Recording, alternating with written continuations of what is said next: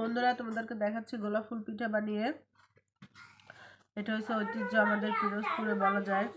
মোটামুটি জামাই আদর করার জন্য এই পিঠাটা অনেক বেশি জরুরি। তো আমি যেভাবে বানাচ্ছি তোমাদেরকে সেইভাবেই শেয়ার করে দিচ্ছি। খুবই সহজ, কোনো বিশেষ কিছু না। এই যে এইভাবে করে নিয়ে প্রত্যেকটা থেকে একটা একটা করে নিয়ে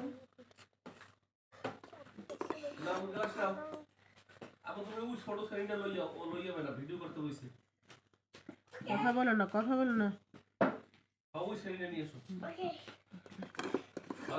এইভাবে ঘুরিয়ে ঘুরিয়ে বানিয়ে নিলে হয়ে যাবে।